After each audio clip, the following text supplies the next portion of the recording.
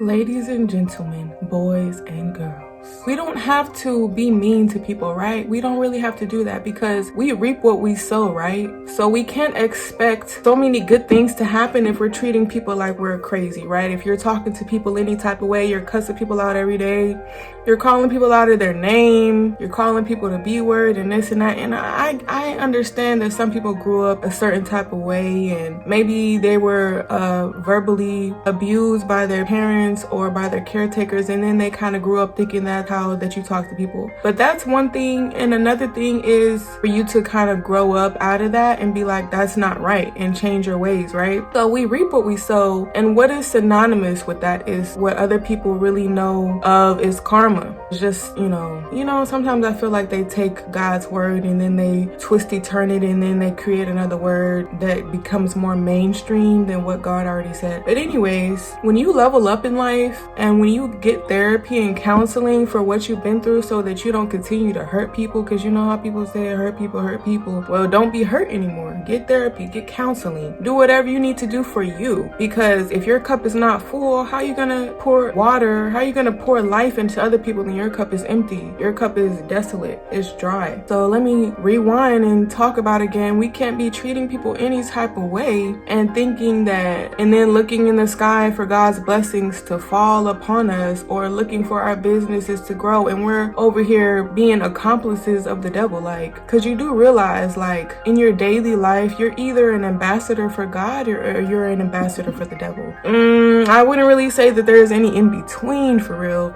because pay attention to what comes out of your mouth, right? And analyze, was I being used by God, Yahweh, or was I being used by the devil? Did I just call her out of her name for no reason? Was I being rude to the cashier for no reason? You know what I'm saying? Like, check yourself. It's way easier to check yourself and come back down than to be humbled like Nebuchadnezzar. We don't want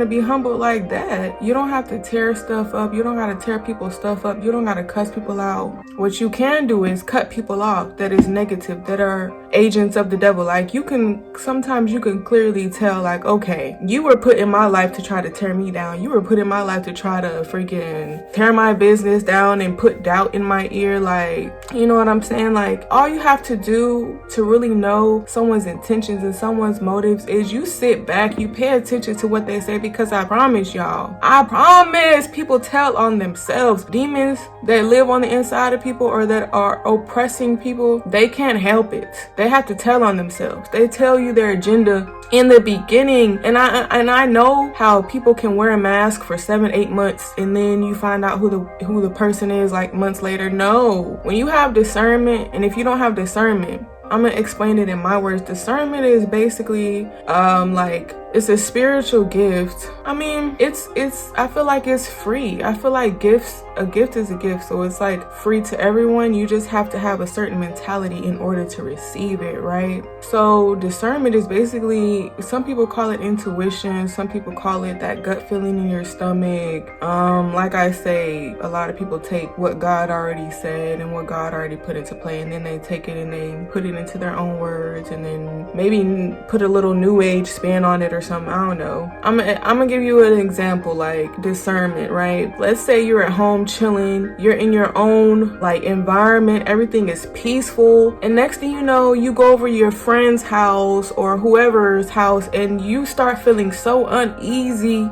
You don't even know what's going on. You just know that your stomach is just like hurting now. Like, what is going on? You start feeling anxious. That's because something is not right with them towards you. It's okay to create a distance and still love people. It's completely fine. You can definitely forgive people and create a distance without having to be around them. Some people, they get it mixed up with, they think that if you forgive someone, that means that you continue letting them walk all over you and use you and abuse you and talk to you. And no. Forgiveness is like, I forgive you in my heart for what you did. I'm not going to hold it over your head, but you're not going to have access to me anymore. I'm going to keep praying for you, but we're not hanging out anymore. And we're not going to be on the phone. Like, I'm loving you from a distance, right? Like, I love you in my heart, but that doesn't mean that you belong in my life. That doesn't mean that you have the privilege of being around me. If you have a choice, we have a choice every day when we wake up. Don't choose to be a snake. Don't choose to be a scorpion. Don't choose to be a vulture. Don't choose to be manipulative towards people, because manipulation is a form of witchcraft. Because it's like, if something is for you, right? If God has something that's for you, right? Why would you have to manipulate it into wanting you? So that's another thing. If people want to leave your life, let them go. They're doing you a favor, and I know it hurts, but you're less hurt when they leave your life than if they was to stay and create more and more damage in your heart, right? So when people want to leave, let them go. Even if you're in a relationship, if you're this, if you're that, if you've been friends for 10 years, 20 years, it doesn't matter. It doesn't matter. Let them go. Because if you force them to stay, or whatever the case, it's just going to create way more problems later. And I know I'm jumping around different topics, but everything that I'm saying, somebody needs to hear it. And I feel like you don't have to be rude to people to cut them off. I feel like you could just be grown and be like, yo, like, I appreciate everything that I learned from you in life, but I just don't think that we're any longer compatible as friends or as lovers or whatever. And it's time to venture out, and like, I wish you the best and have a blessed life, and thank you for everything that you've done for me, but it's time for us to go our separate ways. You don't gotta cuss people out. You don't gotta do all of that extra stuff. It takes way too much energy to be doing all of that stuff anyways, y'all. Just be nice. Well, be kind. I'm gonna say be kind, because you don't want to be letting people think it's too sweet, you know what I'm saying? Just because like you may be introverted or quiet or something, like, but a lot of introverted people are very strong, because a lot of us had to figure stuff out on our own emotionally, you know what I'm saying? We went through a lot of stuff alone. That's like one of our little superpowers, you know what I'm saying? But yeah, and if you need to go get therapy, go get therapy. Go get it. I got therapy. I got counseling. It doesn't make you crazy or psychotic. Like, it's just someone that you need to talk to someone confidentially. Some people, we talk to God, but that may not work for everybody. Some people need to like see an actual person in front of them. People have different gifts and different professions to help us. We're all supposed to be helping each other. We're really supposed to be trading goods and services, and everything is not supposed to be capitalized. But hey, the people, they made sure to capitalize off anything they could, even when it comes to the trees, all the male trees they planted, but we're not gonna get into that right now. But yes, so I'm gonna end this message off with, your success alone will eat them alive. You don't gotta be mean and rude and nasty to people. All you have to do, really, for real, and this is for yourself, but when you're doing things for yourself and you're taking care of yourself, it's gonna be like eating other people alive that you're still doing good. It's gonna be eating other people alive that you're walking in greatness. It's gonna be eating your enemies alive that you're walking in greatness